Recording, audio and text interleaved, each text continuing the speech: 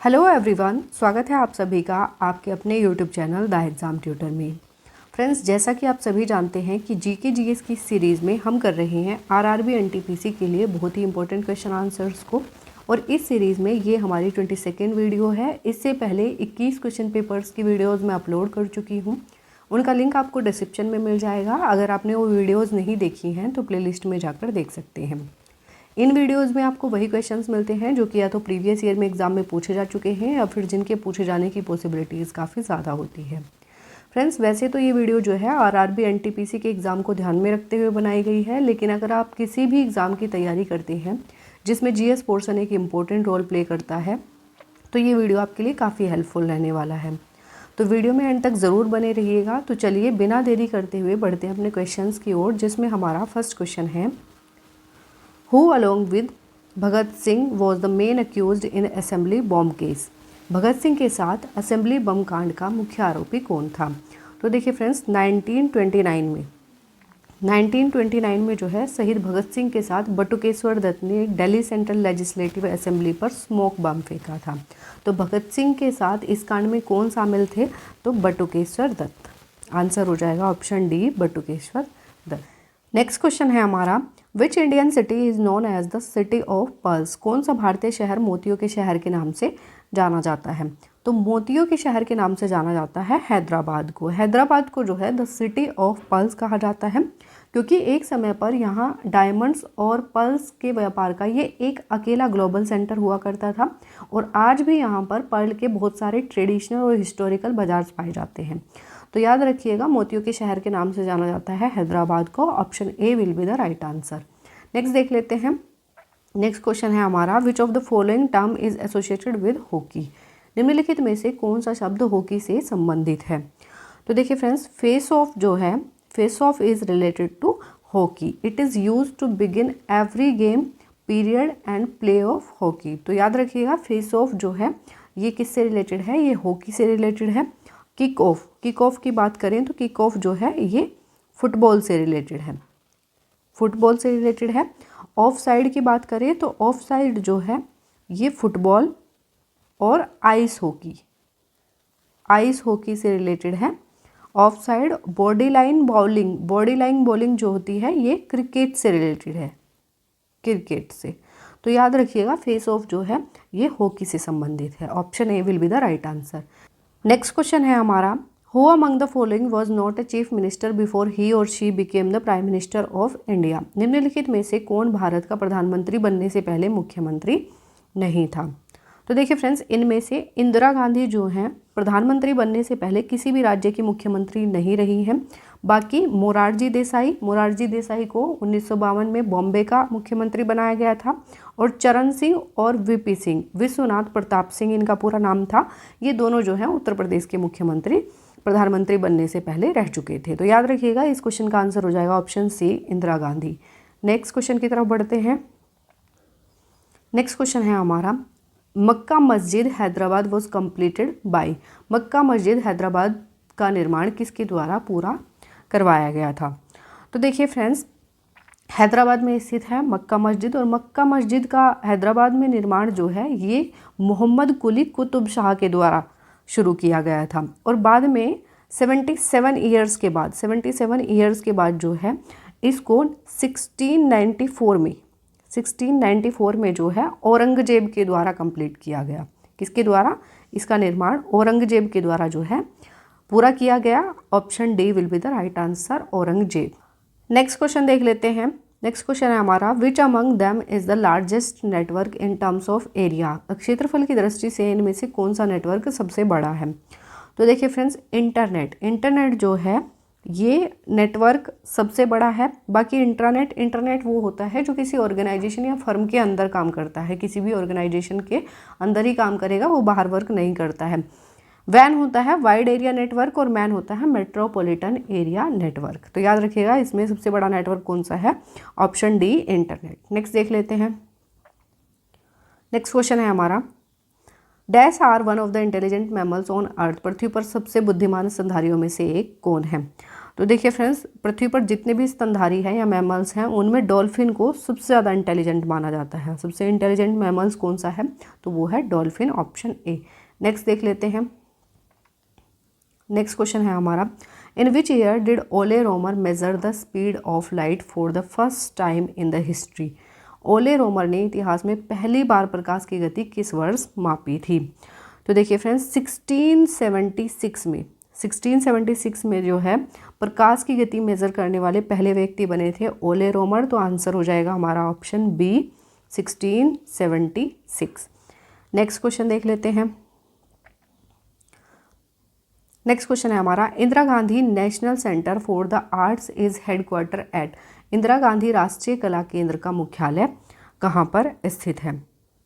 तो देखिए फ्रेंड्स, जो इंदिरा गांधी राष्ट्रीय कला केंद्र है ये है दिल्ली में। कहाँ पर है, दिल्ली में, और ये गवर्नमेंट फंडेड आर्ट्स ऑर्गेनाइजेशन है। तो याद रखिएगा, इंदिरा गांधी नेशनल सेंटर कहाँ पर है, तो ये है नई दिल्ली में, ऑप्शन ए। नेक्स्ट देख लेते हैं। नेक्स्ट क्वेश्चन है हमारा, where did the Indian independence league form in 1907। 1907 में भारतीय स्वतंत्रता लीग की स्थापना कहाँ से हुई थी। तो देखिए फ्रेंड्स, 1907 में इंडियन इंडिपेंडेंस लीग की स्थापना हुई थी कैलिफोर्निया यूएसए में।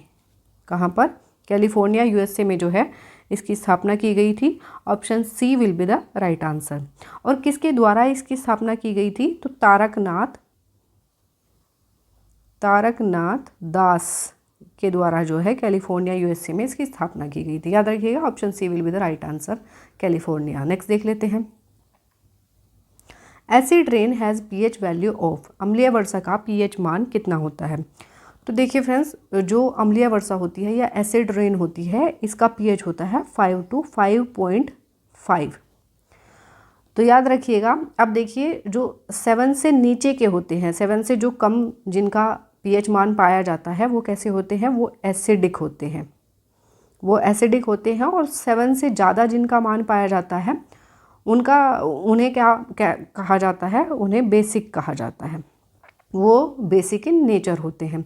तो याद रखिएगा। अब देखिए, इसमें 7 से कम सिर्फ एक ही है, तो हम इसी को मान सकते हैं क्योंकि ये एसिड रेन है।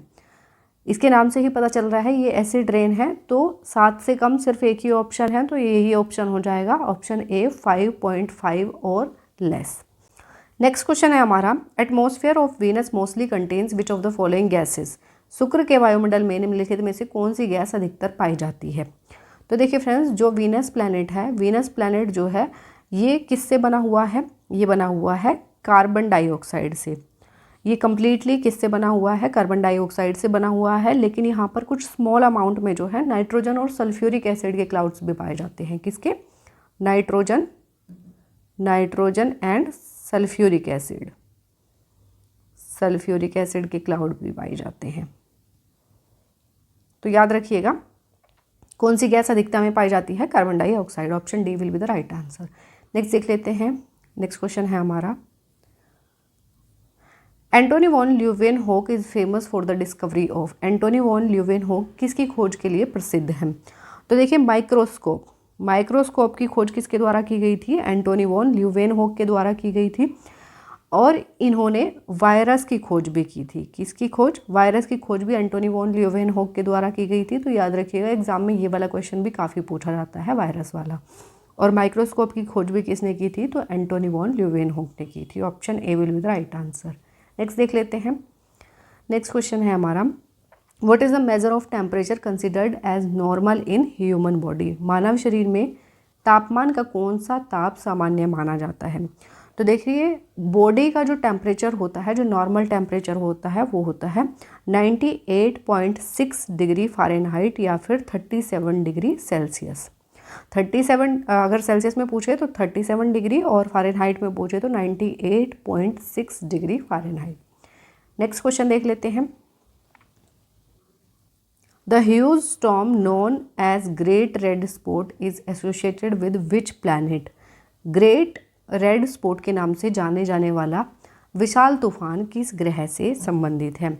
तो देखिए फ्रेंड्स, ग्रेट रेड स्पॉट जो है ये किससे संबंधित है, ये है जुपिटर प्लैनेट से। आंसर हो जाएगा हमारा ऑप्शन डी, जुपिटर प्लैनेट से रिलेटेड है ग्रेट रेड स्पॉट। नेक्स्ट देख लेते हैं। नेक्स्ट क्वेश्चन है हमारा, डैश आर एटम्स और मॉलिक्यूल्स और ions containing the same number of electrons. परमाणु अणु आयन हैं जिनमें इलेक्ट्रॉनों की संख्या समान होती है। तो देखिए फ्रेंड्स, जिनमें इलेक्ट्रॉनों की संख्या समान होती है उन्हें कहा जाता है आइसो इलेक्ट्रॉनिक। क्या कहा जाता है? आइसो इलेक्ट्रॉनिक कहा जाता है। आइसोटॉन्स किसे कहा जाता है? जिन दो एटम्स में या परमाणु में, मॉलिक्यूल्स में या फिर आयंस में न्यूट्रॉन्स की संख्या समान होती है। न्यूट्रॉन्स की संख्या, सेम न्यूट्रॉन्स। आइसोटॉप्स क्या होते हैं? जो सेम एटॉमिक नंबर, जिनके सेम एटॉमिक नंबर होते हैं उन्हें कहा जाता है आइसोटॉप। और वैलेंस आइसो इलेक्ट्रॉनिक क्या कहा जाता है? जिनकी वैलेंसी सेम होती है। वैलेंसी सेम होती है उन्हें कहा जाता है वैलेंस आइसो इलेक्ट्रॉनिक। तो याद रखिएगा, आइसो इलेक्ट्रॉनिक कौन से होते हैं? जिनमें इलेक्ट्रॉनों की संख्या समान होती है। तो याद रखिएगा option C will be the right answer. Next देख लेते हैं। नेक्स्ट क्वेश्चन है हमारा, computer system which do not require any storage device is. वह कंप्यूटर सिस्टम जिसे किसी स्टोरेज डिवाइस की आवश्यकता नहीं होती है। तो देखिए फ्रेंड्स, एनालॉग कंप्यूटर सिस्टम को जो है किसी भी स्टोरेज डिवाइस की आवश्यकता नहीं होती है। तो आंसर हो जाएगा हमारा option A, analogue computer system. Next question है हमारा, fertilisation of sperm with the ovum takes place in. शुक्राणु का अंडाणु के साथ निषेचन कहाँ पर होता है? अब देखिए फ्रेंड्स, स्पर्म का ओवम के साथ जो फ्यूज़न होता है उसे क्या कहा जाता है? फर्टिलाइजेशन कहा जाता है। और ये फर्टिलाइजेशन किस जगह पर होता है? तो फैलोपियन ट्यूब्स में। फैलोपियन ट्यूब्स में जो है फर्टिलाइजेशन होता है। तो आंसर हो जाएगा हमारा option C, fallopian tubes. Next देख लेते हैं। नेक्स्ट क्वेश्चन है हमारा, south west monsoon generates in. दक्षिण पश्चिम मानसून कहाँ पर उत्पन्न होता है? तो देखिए, हिंद महासागर में। हिंद महासागर में जो है, जो साउथ वेस्ट मानसून होता है ये जनरेट होता है। तो आंसर हो जाएगा हमारा option B, Indian ocean. Next देख लेते हैं। नेक्स्ट क्वेश्चन है हमारा, dash is the most electropositive and dash is the most electronegative element of the third period of modern periodic table. आधुनिक आवर्त सारणी के तीसरे आवर्त का सबसे अधिक विद्युत धनात्मक और सबसे अधिक विद्युत ऋणात्मक तत्व कौन सा है? तो देखिए फ्रेंड्स, थर्ड पीरियड का पूछा है। किसका? थर्ड पीरियड का। तो थर्ड पीरियड का जो मोस्ट इलेक्ट्रोपॉजिटिव है, मोस्ट इलेक्ट्रोपॉजिटिव एलिमेंट है वो है सोडियम। और मोस्ट इलेक्ट्रोनेगेटिव एलिमेंट जो है वो है क्लोरीन। आंसर हो जाएगा sodium and chlorine. Option C will be the right answer. Next देख लेते हैं। नेक्स्ट क्वेश्चन है हमारा, what is the local name given to the parliament of Pakistan. Pakistan की संसद को स्थानीय नाम क्या दिया गया है? तो पाकिस्तान की जो पार्लियामेंट है उसको कहा जाता है, यानी कि उसका जो स्थानीय नाम है वो है मजलिस ए शूरा। क्या कहा जाता है? मजलिस ए शूरा कहा जाता है पाकिस्तान की पार्लियामेंट को। तो आंसर हो जाएगा ऑप्शन बी। नेक्स्ट देख लेते हैं। नेक्स्ट क्वेश्चन है हमारा, which state of India has the largest number of cotton mills. Bharat के किस राज्य में कपास मिलों की संख्या सबसे अधिक है? तो देखिए फ्रेंड्स, महाराष्ट्र में, महाराष्ट्र राज्य में जो है सबसे ज़्यादा कपास मिलें हैं। आंसर हो जाएगा हमारा ऑप्शन सी, महाराष्ट्र। नेक्स्ट देख लेते हैं। नेक्स्ट क्वेश्चन है हमारा, on the basis of memory size and performance which type of computer is known as big iron. Memory, आकार और प्रदर्शन के आधार पर किस प्रकार के कंप्यूटर को बिग आयरन के रूप में जाना जाता है? तो main frame computer, main frame computer को जो है बिग आयरन के रूप में जाना जाता है। तो आंसर हो जाएगा option C, mainframe computer. Next question देख लेते हैं। नेक्स्ट क्वेश्चन है हमारा, the dance form Kuchipudi originated from which part of India. Kuchipudi नृत्य शैली भारत के किस भाग से उत्पन्न हुई है? तो कुचिपुड़ी नृत्य शैली जो है ये उत्पन्न हुई है आंध्र प्रदेश में। ये आंध्र प्रदेश का क्लासिकल डांस भी है। बात करें तमिलनाडु की, तो तमिलनाडु का है भरतनाट्यम, भरतनाट्यम। महाराष्ट्र की बात करें तो लावनी, लावनी। ओडिशा, ओडिसी। याद रखिएगा, तो आंध्र प्रदेश से रिलेटेड है कुचिपुड़ी नृत्य शैली। आंसर हो जाएगा ऑप्शन सी। नेक्स्ट देख लेते हैं। नेक्स्ट क्वेश्चन है हमारा, ए 7-साइडेड पॉलीगॉन इज कॉल्ड, 7 भुजाओं वाला बहुभुज क्या कहलाता है? तो 7 भुजाओं वाला जो बहुभुज होता है उसे कहा जाता है हेप्टागोन। क्या कहा जाता है? हेप्टागोन कहा जाता है। 6 भुजाओं वाले बहुभुज को कहा जाता है हेक्सागोन। 8 भुजाओं वाले बहुभुज को कहा जाता है ऑक्टागोन और 9 भुजाओं वाले बहुभुज को कहा जाता है नोनागोन। याद रखिएगा 9, 6 एंड 8, 7। तो आंसर हो जाएगा option C heptagon. So friends, ये हमारे 25 क्वेश्चंस यहीं कंप्लीट होते हैं। आई होप ये वीडियो आपको पसंद आई होगी और ये वीडियो आपको अच्छी लगती है, हेल्पफुल लगती है तो वीडियो को लाइक और चैनल को सब्सक्राइब जरूर कर दीजिएगा। मिलेंगे नेक्स्ट वीडियो में नए क्वेश्चंस के साथ। तब तक के लिए wish you all the best, take care and thank you.